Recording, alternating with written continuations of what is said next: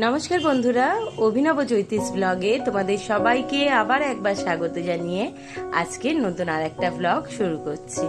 আজকে রবিবার, ঘড়িতে এখন প্রায় 9টার মতো বাজে আর একদম সকালে চা দিয়ে দিনটা শুরু করলাম। আজকে সকালবেলা সমস্ত কাজকর্ম করে বেশ খানিকটা রান্নার জোগাড়ও এগিয়ে রেখেছিলাম। আর যখন চা করলাম তার আগে জলখাবারটাও খাওয়া কমপ্লিট হয়ে গেছিল। একদম চা খেয়েই এবার ঝটপট করে রান্না বসাবার পালা। তার আগে চালটা ভিজিয়ে রেখেছিলাম। গতকাল রাত্রেই তোমাদের দাদাকে দিয়ে চাল, বাজারের টুকিটাকি জিনিস আনিয়ে রেখেছিলাম। এটা হচ্ছে গোবিন্দভোগ চাল। ওটাকে ধুয়ে একটুখানি জলটা শুকিয়ে যাবে বলে কাগজে বিছিয়ে রেখেছি। আর এখানে সমস্ত চাটনির জন্য কাজু, কিশমিশ, চেরি, একটুখানি চাট মশলার প্যাকেট, কাঁচা আম, লঙ্কা, টুকিটাকি আজকের বাজারের জোগাড় করিয়ে রেখেছি। কারণ আজকে আমার বাড়িতে আসবে আমাদের সবচেয়ে ছোট বোন, বা তোমাদের দাদার শালিকা হিসাবে একদম 10তম শালিকা। তো অনেকদিন ধরেই ওকে বলছি সময় হলে একদিন আয়, ঘুরে যায়। রিকও বলছে।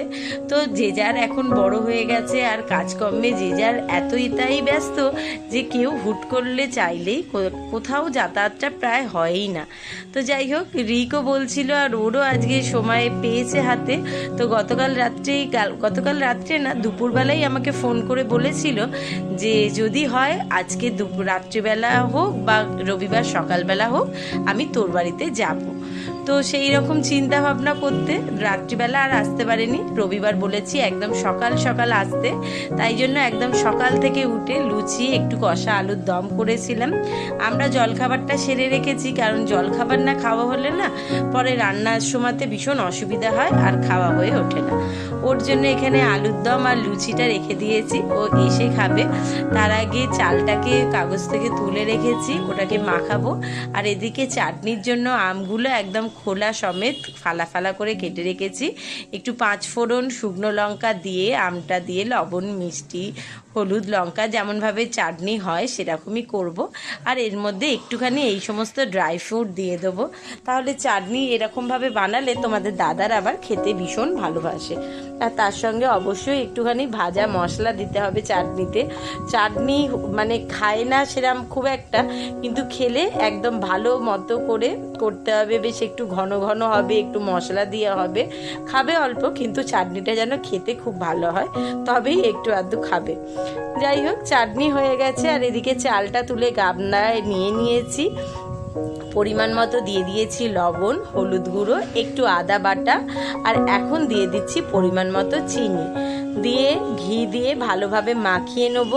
তারপর একেবারে ওখানে কড়াতে ঘিয়ে কাজু কিশমিশ ভেজে তারপর চাল দিয়ে নাড়াচাড়া করে পোলাওটা বসাবো। আজকে দেখতেই পেলে খাসির মাংস এনেছে, যদিও এটা একটু রেয়াজি খাসি এনেছে। যেহেতু ছোট শালিকা আসছে বলে কথা, একদম তাকে তার পছন্দ মতো কি খাবার খাওয়ানো যাবে সেই চিন্তা ভাবনা করতে করতে দাদা বলল গরম হোক আর যাই হোক, বেশি 1000 রকম রান্না করে লাভ নেই, একটুখানি পোলাও আর মটন কষা করে ফেলো, তাহলেই খেতেও ভালো লাগবে আর অল্পতে ঝটপট রান্না সারা হয়ে যাবে। তো এটাতে তখন একটুখানি গরম মশলা গুঁড়ো দিতে ভুলে গেছিলাম। গরম মশলা গুঁড়ো দিয়ে ভালোভাবে চালটাকে মাখিয়ে নিয়েছি। এবার চলো, এখানে বেশ খানিকটা গরম জল করে রেখেছি ডেচকিতে, মানে যে অনুপাতে চালটা ভিজিয়েছিলাম সেই তার ডাবল আর কি জলের পরিমাণ। জলটাকে বেশ ভালোভাবে ফুটিয়ে গরম করে নামিয়ে রেখেছি। আর এই কড়াটাতেই মনে করছি আজকে পোলাওটা করব। কারণ পোলাওটা করতে গেলে বেশ খুন্তিটা দিয়ে তলা থেকে ভালোভাবে নাড়াচাড়া করতে গেলে না বড় তিজের হাঁড়ি হলে সুবিধা হয়, কিন্তু এমনি যে হাঁড়িগুলো হয় ওটাতে একটু নাড়তে আমার অসুবিধা হয়। তো মনে করলাম কড়াটা বড় আছে, তাতেই দিয়ে দিই। আর তাতে বেশ অনেকটা পরিমাণে ঘি দিয়ে দিয়েছি। দিয়ে দিলাম বেশ কিছুটা গোটা গরম মশলা, ছোটো এলাচ, দারচিনি, লবঙ্গ, তেজপাতা দিয়ে ভালোভাবে ঘিটা গরম হয়ে গেলে এতেই একবারে আগে একটুখানি কাজু বাদামটাকে ভালো করে ভেজে নিয়ে তারপর কিশমিশটাকে দিয়ে ভাজবো। তাহলে কি হবে, কিশমিশটা বেশি পুড়ে যাবে না আর কাজু বাদাম বাটাটা মানে কাজু বাদামগুলো একদম ঠিকঠাক ভাজা হবে। তো কাজু বাদামটা আগেই দিয়ে দিলাম, দিয়ে একটু খুব বেশি লাল করে ভাজবার দরকার হয় না, অল্পই একটুখানি ভাজবো। আর তারপর দিয়ে দেবো কিশমিশগুলো।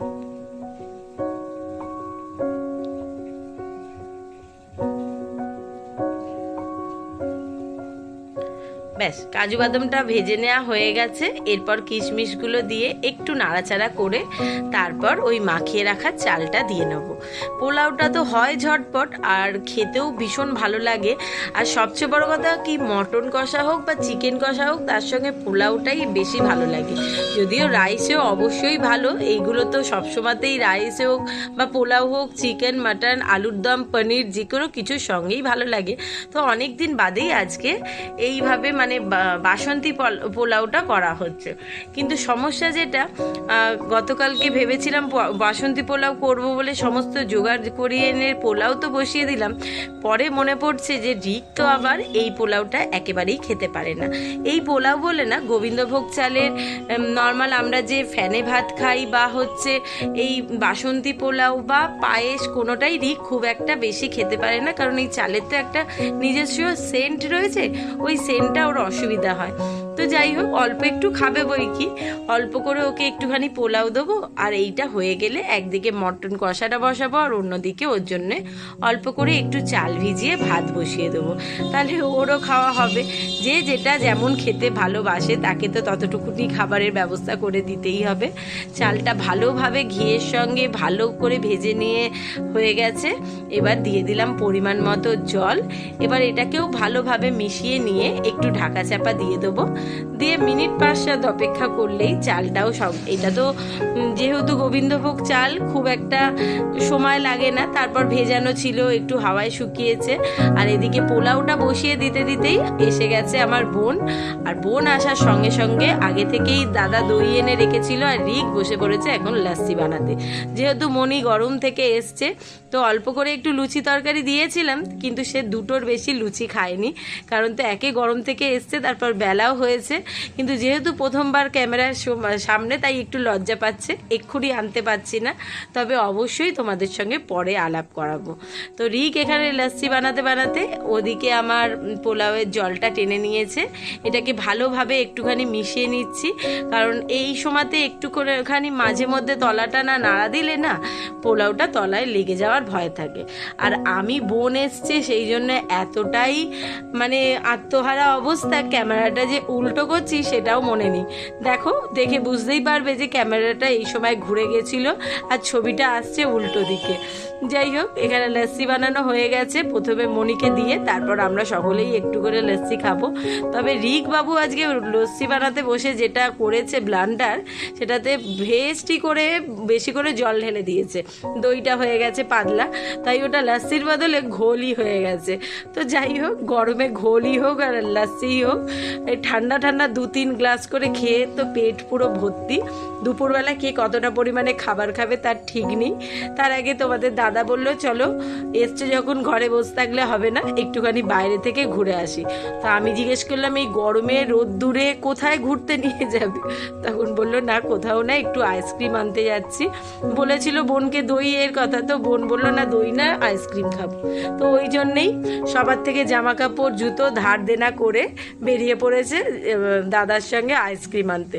ধার করে এই জন্যেই বলছি, ও তো ওর অন্যরকম ড্রেস পরে এসছিল, কিন্তু গরমে সেগুলো পরে আর বেরোতে চাইছিল না, তাই আমার থেকে জুতো ধার নিয়েছে, রিকের থেকে নিয়েছে টি শার্টটা, আর প্যান্টটা অবশ্য তার নিজের। যাই হোক, ওই যে ওরা 3 জন বেরোচ্ছে। চলো, আমি ওদিকে মটনের জন্য পেঁয়াজ রসুনটা ভাজতে বসিয়ে দিয়ে এসছি। এবার গিয়ে ওটাকে ভালোভাবে নাড়াচাড়া করে তৈরি করি, কারণ বোন এসছে সেই আনন্দ করলে তো হবে না, তাকে একটু তার মনের মতো ভালো রান্না করেও খাওয়াতে হবে। যদিও গরমের জন্য খুব একটা বেশি কিছু রান্না করতে ইচ্ছাও হলো না, আর খুব একটা বেশি কিছু ঝামেলা রাখিও নি রান্নার। তো এই মটনটাকে ভালোভাবে কষিয়ে একটু আজকে কষাই করব, মানে হালকা গ্রেভি থাকবে, খুব একটা ঝোল রাখবো না। আর পোলাও তো ওদিকে হয়ে রেডি হয়ে গেছে। এবার এটাকে কষিয়ে জল ঢেলে দিলে তারপর ওদিকে ভাত বসাবো, চালটা ভিজিয়ে রেখেছি। দিয়ে দিলাম পেঁয়াজ রসুন আদা, সঙ্গে মটনটাকে ভালোভাবে একটুখানি কষিয়ে নিয়ে তার মধ্যে দই, লবণ, হলুদ, লঙ্কা, সামান্য মিষ্টি, তো একদম তেল গরম হওয়ার প্রথমেই দিয়ে দিই, গোটা গরম মশলার সঙ্গে সব দিয়ে মোটামুটি কষানো রেডি। চলো, এবার এটাকে জল ঢেলে আর 2টো সিটি দিয়ে বাদবাকি 15 মিনিট একদম লো ফ্লেমে ঢাকা দিয়ে সেদ্ধ হতে দিই, তাহলে মাটনটা দারুণ সুন্দর সেদ্ধ হয়। আর সেই সঙ্গে বলাই বাহুল্য যে দারুণ টেস্টিও হয় খেতে। যাই হোক, এখন কথা বলতে বলতে মোটামুটি আমারই জিভে জল চলে আসছে, কারণ সেদিনের মাটনটা সত্যি সত্যি অসাধারণ হয়েছিল খেতে। ওদিকে প্রেশারটাকে একদম সিমে বসিয়ে রেখেছি, ওটা আস্তে আস্তে ভেপারে হবে সেদ্ধ। আর এদিকে রিকের জন্য ভাতটা ফুটছে, পোলাও চাটনি রেডি। এইটুকুনি রান্না কমপ্লিট হলেই সব একসঙ্গে খাবার বাড়বো। তো এখানে রিকের জন্য এই যে এইটুকুনি পোলাও আর দিয়ে দিয়েছি পরিমাণ মতো অল্প একটু ভাত, আর এখানে মাটনের ঝোল, আর সেই সঙ্গে রয়েছে চাটনি, আর এইটা হচ্ছে বোনের খাবার। ওদের দুজনকে টেবিলে দিয়ে দাদা বললো চলো আমরাও বসে পড়বো, আর একদম লেট করব না। তো আমরা দুজনও কর্তাগিন্নি নিচে দুজনের খাবার নিয়ে চলো এবার ঝটপট বসে পড়ি, কারণ বেলাটাও হয়েছে বেশ অনেকটা, ঘড়িতে তখন প্রায় 2:30 মতো বাজতে যায়। তো বেশি আর লেট করে লাভ নেই, রান্না যখন হয়ে গেছে এবার ঝটপট করে খাবার খেয়ে নেওয়ার পালা। বোন অবশ্য খাবার পুরো কমপ্লিট না করেই বলতে শুরু করেছে দারুণ হয়েছে, হেভি সেন্ট বেরোচ্ছে। কিন্তু সেটা খাওয়ার পর কি বলবে, কতটা কেমন হয়েছে জানি না, কারণ যতটা সম্ভব তাড়াহুড়ো করে গরমের মধ্যে সত্যি কথা বলতে বেশি রান্না করতেও ইচ্ছা করছিল না, একটুখানি ঝটপট করে সেরে নেওয়া যাবে এইভাবেই করেছি। খাওয়া দাওয়া কমপ্লিট করে বেশ খানিকক্ষণ শুয়ে শুয়ে সব একসঙ্গে গল্প আড্ডা দিতে বসেছিলাম, কারণ হচ্ছে তোমাদের দাদা ওই ঘরে এসি চালিয়ে শুয়ে পড়েছে, আর আমি, বোন আর রিক তিনজন মিলে যেহেতু বকবক করব, আর সেই সময় রবিবার একদিন দাদার ছুটি, ওই একটা দিন দুপুরবেলা তাকে 1/2 ঘন্টা টাইম শুতে দিতেই হবে বলে তাকে আর বিরক্ত করিনি। আমরা পাশের ঘরে 2খানা ফ্যান চালিয়ে বসে একটুখানি আড্ডা মারছিলাম, আর সেই সঙ্গে যে আইসক্রিমটা এনেছিল সেইটা এখন খেয়ে নেওয়ার পালা, কারণ এরপর আইসক্রিমটা আর বেশিক্ষণ রাখলে গলে যাবে। যদিও ডিপ ফ্রিজে ছিল তাও কিন্তু অল্প অল্প গলতে শুরু করেছে, কারণ এরপর আবার বোনের তারা, পিসি ফোন করছে, তাকে বাড়ি ফিরতে হবে, অনেক সন্ধে হয়ে যাচ্ছে, তার হাজার বাহানা। যদিও দাদা বলেছে কোনো চিন্তা নেই, তুমি একটু সন্ধে করে বেরিও, তাহলে গরমটাও কম পাবে, আর আমি তোমাকে নিজে সঙ্গে করে নিয়ে গিয়ে বাসে গিয়ে বসিয়ে দিয়ে আসবো। আমার বাড়ি থেকে বোনের বাড়ি খুব একটা দূরত্বের নয়, খুব বেশি যদি হয় 20 মিনিট থেকে 1/2 ঘন্টা সময় লাগে, তা হলেও তারা তো তার আছেই, ওদিকে পিসিও বারবার ফোন করছে। তো সমস্ত কিছু একটা দিনের আনন্দ, গল্প, আড্ডা সব রকম করে এইবার বেরিয়ে পড়ছে। দাদা যাচ্ছে ওদেরকে পৌঁছে দিতে, মানে দাদা যাচ্ছে রিক আমার বোনকে মানে কেয়াকে বাসে তুলে দিতে, সেই সঙ্গে সঙ্গী হয়েছে রিক, সেও যাবে সঙ্গে মনিকে বাসে তুলে দিয়ে আসবার জন্য।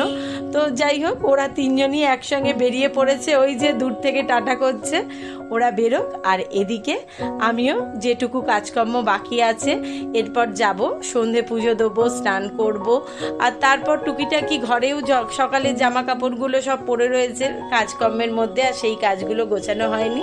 যাই হোক, চলো আজকের ভ্লগটা তাহলে এখানেই শেষ করছি। সবাইকে শুভরাত্রি বলে সকলে ভালো থেকো, সুস্থ থেকো। খুব শিগগিরই নতুন আর একটা ভ্লগ নিয়ে ফিরে আসবো, ততক্ষণের জন্য টাটা।